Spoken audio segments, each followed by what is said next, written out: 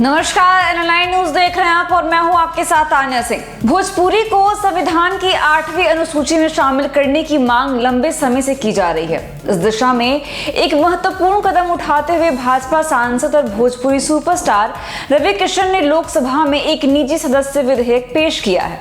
इस विधेयक का मुख्य उद्देश्य भोजपुरी भाषा को आधिकारिक भाषा का दर्जा दिलाना है। रवि किशन ने इस मुद्दे पर संविधान संशोधन विधेयक 2024 पेश किया, जिसमें उन्होंने भोजपुरी भाषा की सांस्कृतिक और साहित्यिक धरोहर को रेखांकित किया। रवि किशन ने इस विधेयक को प्रस्तुत करते हुए कहा कि भोजपुरी भाषा केवल बकवास गीतों के लिए नहीं जानी जाती, बल्कि इसका एक समृद्ध सांस्कृतिक इतिहास और साहित्यिक धरोहर है। उनका मानना है कि भोजपुरी भाषा में गहराई से समझने और समझाने की क्षमता है और इसे बढ़ावा देने की आवश्यकता है।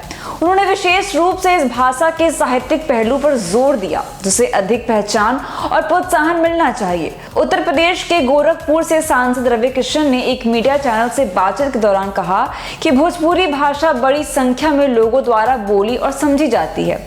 उन्होंने इस बात पर जोर दिया कि यह भाषा उनकी मातृभाषा है और इसे बढ़ावा देने की जिम्मेदारी उनकी है। उन्होंने बताया कि भोजपुरी भाषा के माध्यम से फिल्म उद्योग संचालित हो रहा है और लाखों लोगों को रोजगार मिल रहा है।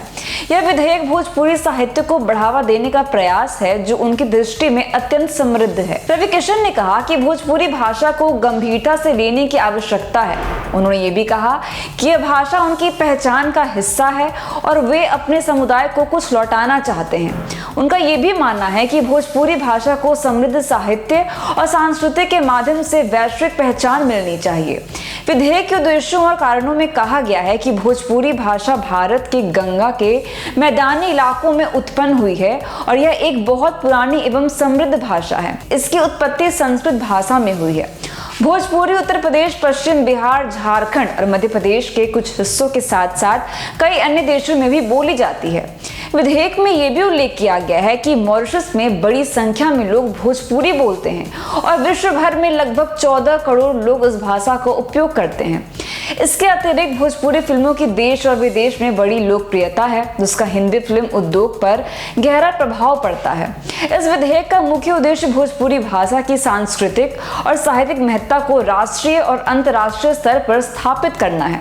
रवि किशन के इस प्रयास से भोजपुरी भाषा को उचित पहचान मिलने की उम्मीद की जा रही है, जिससे यह भाषा अपनी वास्तविक पहचान और महत्ता को पुनः प्राप्त कर सके। फिलहाल के लिए बस इतना ही। बाकी खबरों के लिए बने रहिए हमारे साथ और देखते रहिए एनएलआई न्यूज। धन्यवाद।